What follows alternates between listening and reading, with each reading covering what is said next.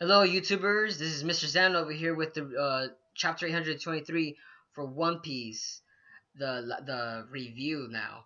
Now this chapter, this one kind of like just went straight forward into like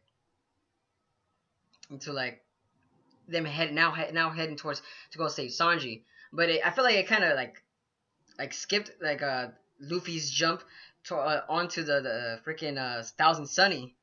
And I was like here thinking like I was disappointed to be honest in this chapter just a little bit, like because right now Oda's just bombarding us right now with just pure information, even if it's irrelevant information. But just he's just bombarding us now, like with just so much information. Like it's not even funny now. Like like you're like crap. Like now where is this story heading into? Where is the story heading to? I'm not saying it's a bad thing. But I just feel like right now it's like right now it's just Oda's like little like it's still his downtime between all the major important arcs that's all going to be happening towards the later chapters and everything. But to be honest, this chapter was fairly entertaining in my opinion. But just that this point is like, oh, nothing much really happened. I mean, in this chapter, you literally get to see a lot of familiar faces as well. You got to see Princess Vivi back with her father and everything. Their father actually joking around with the with Cobra, like, oh, bring me a son or a daughter, like he just wants Vivi to bring, just bring someone in, because the way that like Oda was describing now Cobra, like he's actually dying. He was coughing. He just didn't sound, just didn't sound right. Even I was coughing too when I was reading that part. Like, man, it was like freaking it felt like it was contagious. That's the word I was looking for. It was contagious. Now when I was reading, I was coughing a little bit, and I'm like, you're thinking like, man, this disease is kind of contagious. But like seriously, in like in this chapter, like it was just pure like I feel like it's like also I feel like Oda was also just like putting the chess pieces in place right now for the Reverie. He was showing every single one of the kings and queens that were coming in. A lot of them we aren't really familiar with because the story didn't kind of really have time to like kind of place them all together. But since now they're heading towards the Reverie, kind of put them all together. We even got Wappo back at it. Wappo was back here. And I kind of found that kind of hilarious. I thought I was wondering when Wappo was gonna be back. When the fuck was Wappo gonna be there? Oh, I'm sorry for cursing everybody, but yes, when was Wappo gonna be back? That's what my opinion was. I was wondering, like, man, they never really like intentionally put him in jail or anything. He just got sent flying, away from Drum Kingdom, you know, like, and now we got a little glimpse, like he's gonna be heading back towards towards the Reverie.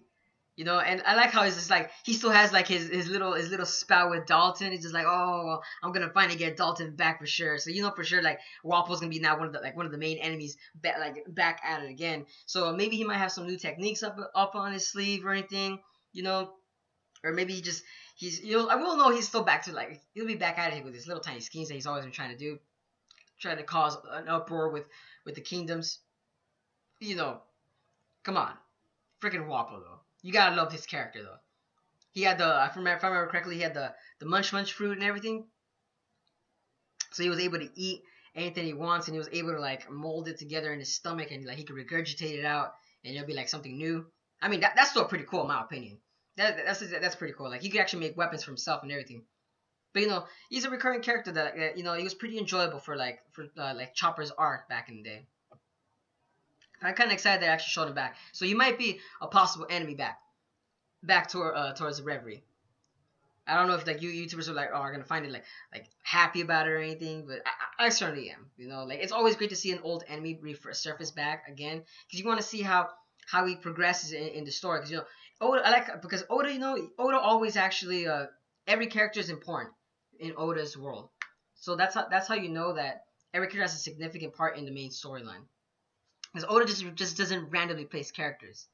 I mean, come on, like Oda, like his storyline is like freaking genius right now, and that's what I love about his artwork too, as well. That like it shows Guapo that he also aged just a little bit too, so for sure like that, like some time has happened between the One Piece crew and everything. So he still like has the little time skip maneuver in there. That's how it doesn't really look like that, like how he looks back in his old schemes. But like You know, there may be some like character development there. But moving on though, because this ain't about Waffle. You know, oh, in this chapter, you know, they actually like in the beginning of the chapter, they actually talk about her, like it showed Hercules Sama. So I'm assuming the front cover pages are gonna be now talking about Hercules Sama, and I'm hoping so because Hercules Sama was pretty cool. Like I like that he was able to train Usopp back at that kingdom. I forgot the name of it, Archilepedro. I love that character. He was still mysterious too. So you, like I just wanted Oda like, oh, you know, to actually show more in character depthness with that guy, even though like he was only just gonna help Usopp become like a stronger warrior. But just like, man, with all his beetles, those little the way that he can take care of, like, I mean, this guy was a freaking strong character too. You know, and I kind of got like a little disappointed that, and in that as well, that I can't believe that they didn't really show more about this character here. You know, Hercules Sama, we love you and all, but damn, you're only gonna get those little front page, like little cover page slots. You know, poor Hercules Sama, but it's all good. You still in my heart, Hercules Sama. But carrying on after Hercules Sama, you know, we see throughout this whole entire chapter as well that after Luffy was dropped down, yes, let's hold it for a second. Yes, I'd like to say that all those One Piece theorists out there, from what I can remember from the top of my head, Roger's Base, I believe. I'm sorry, Roger's Base, Anime Fan Talk. You know, the One Piece Maniac. You know, like I forgot who, King of Lightning, and all those guys. I just like to say, like, you know, all of you guys were right. Holy snap! Carrot is on there. Carrot is in Luffy's crew. They didn't really say like how she got in there. Like, you know, all these characters were just they just jumped on there. Like, you know, they just jumped straight onto the storyline, and you know, like Luffy's crew, they're just like talking about like, oh, you know, they jumped off a little bit of course, you know, and Luffy's hungry and all, and next thing you know, oh, Carrot pops up, and Luffy's just like, what the heck? When did you come in? And like Pedro's like, what the heck? You know, why are you here? And then like I like how Pedro had like that like older brother like relationship with Carrot. You know, like, no, Luffy, we gotta head back. You know, I'm sorry, we gotta put this little woman back in her place, because this is a man's world. You know, you can't have her here. I mean, he didn't really say that to Luffy, but just like I felt that kind of vibe towards Pedro. You know, like had that big brother kind of vibe towards Carrot. You know, it's part of his clan. You know, but that's pretty funny in my opinion. That all these YouTube theorists out there, man, you guys are freaking smart. And I never would have noticed that. In fact, when I was reading that front panel, that front like it was like a watercolored like page, I would have just guessed it like, oh, look, Oda just I would have thought it was actually just to be honest, a fan page color spread, actually, to be honest. Wow, you know, like you guys are really smart. I didn't think about that. That was pretty genius. You know, now I'm gonna start like looking you guys up more often now, to be honest, because you guys are freaking smart. Because Carrot now is in here. Yes, Carrot is in the building. Yeah. But the thing about Carrot is that like I just like how they still had a little bit of mystery, like how she actually got in there. Like maybe she wasn't one of the bags. They probably might explain in one of the later chapters. But you know, like that's crazy though. Like even Pedro didn't even notice it himself that Carrot wasn't there. So that's how you know, like, man, Carrot has some good camouflaging skills or something, or maybe she just stowed away right before they all left. Like maybe she overheard them and said, "Oh, you know what? Let me just jump on the scene. Let me just get there." Maybe that's what I'm thinking, because maybe that's the only reason why Pedro wouldn't have noticed that. But that's pretty hilarious right there. In all that in itself, like I can't believe that all you One Piece series did that, man. That is hilarious. But moving on though, I like how that like there's a little comical scene with Carrot too. Is that what's called she has like a little cheerful attitude. You know, you see Nami actually, you know, like bombarding Luffy, like, you know, shut the f up. You know, like, you know, I can't believe you actually threw us off there. You know, and Luffy's actually arguing with Nami, saying like, you know what, where's your guys' sense of enthusiasm, yada yada yada. You know, and you know. And then you see Carrot come in. She's like, oh, you know, oh, come on, guys, let's do this. We're gonna rock the boat. Baby, rock the boat. You know. And then Luffy's like, hey, you guys gotta be like her. you know. And I'm here thinking like, oh man, Carrot's character is more of that outgoing, cheerful attitude right there. And that's what I'm loving about right now about Carrot. She's got that little that's like gonna separate from all the other characters. And that's the thing about Oda is that, like I said before, all his characters are all so different. They're all so broad, and they all have their own little quirks, their own personalities, you know. And that's what's gonna set Carrot apart from all the One Piece characters. Maybe the One Piece theories are right. Maybe she is gonna be like a Straw Hat member maybe later on in the future, because she's young too. And a lot of the Straw Hat characters are young, you could say. Like I think the only older ones are like Frankie and what's her face? Robin. There you go. I'm sorry, almost forgot her name. Like Frankie and Robin, like one of the two oldest ones. But, you know, but that's what makes it hilarious, you know. Like I could see that potential, like Carrot being a Straw Hat member after like all this is happening. But moving on though, like man, it's just that like man, I'm, like my mind's just like racing through so many thoughts right now, like as to what's gonna happen in the possible future. Because you know a lot of the One Piece theories that are saying a lot of the theories out there, a lot of it's actually kind of happening. It's kind of true. But like you know, like I said, my mind's going all over the place. You know, like there was a little comical scene where Carrot actually, she brought all her food in this chapter, saying that you know, oh, since we're gonna go out to sea, it's gonna be a wonderful adventure. You know, like you know, she just came a little prepared, right? So she brought everything in, carrots, juices, you know, like just little provisional stuff, you know, and then Pat comes just like, you know, we're gonna be out at sea for like about 5 days. Oh no, this will all last us like at least a day. And I'm here thinking like, okay, she prepared herself, so like at least that's how you know she's like that. That's gonna set her apart from everybody. Like you know, she's kind of a little bit selfish and a little childish and immaturish there again at it.